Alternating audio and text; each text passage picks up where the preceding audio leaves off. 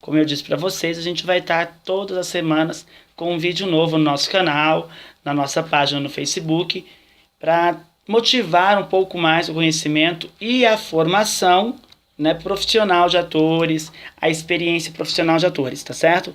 Então, nossa proposta é a seguinte, né, a gente tem uma roupagem nova, uma proposta diferente de trabalho, e a gente quer criar esse público de teatro, de admiradores, de frequentadores de espetáculos de teatro.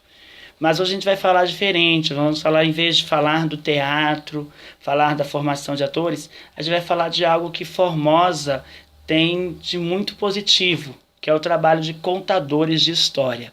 Né? Já está aí 21 anos que eu trabalho na rede pública de ensino da cidade, e uma coisa que eu percebi, a gente tem um número infindo de profissionais de educação que são excelentes contadores de história.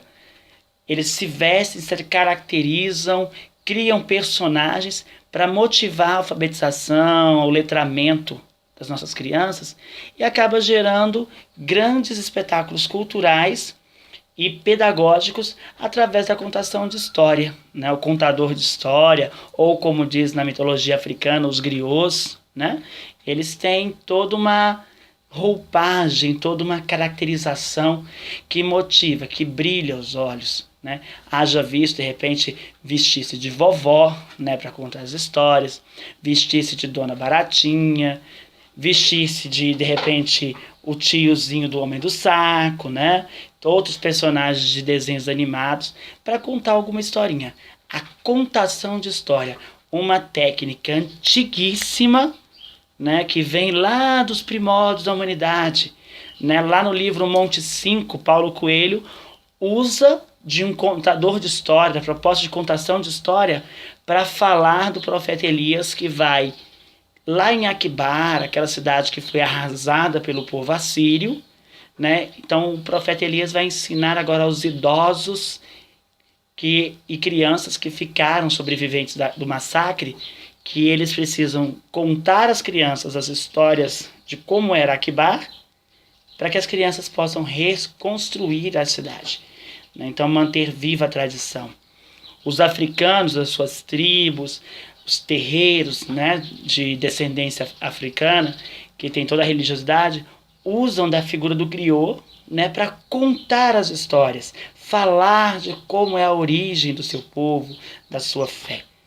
Então, a criança, o herê, como se conta na mitologia africana, na tradição africana, né, que herê não é nenhum espírito mau, herê é criança, é espírito criança, está em fase de formação.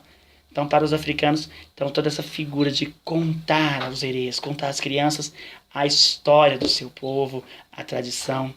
Os orientais, né, com as histórias, com os mitos japoneses e chineses, toda aquela preocupação de narrar a história, de contar a história. E para nós, Brasil, que temos aí uma tradição portuguesa, questão folclórica, querendo ou não querendo, de cunho europeu, né, mais europeizada, temos as lendas, o folclore, todas, de alguma forma, o nosso folclore, as nossas histórias estão ligadas, o quê? Ligadas à tradição religiosa, né? Ao costume cristão, aos valores cristãos, as histórias têm no fundo cristão, graças à herança da evangelização jesuítica. Né? Que alguns dizem que é uma evangelização cheia de massacres da cultura local dos índios, né? Dos brasileiros natos. Outros já apoiam, porque os jesuítas tiveram toda uma formação de catequizar. Certo? Então há uma dualidade de informações que a gente não vai entrar nesse mérito, mas o que é bonito é que a contação de histórias, né, é uma forma muito bonita e muito antiga de se expor artisticamente a cultura de um povo, ensinar sobre um povo, sobre uma prática.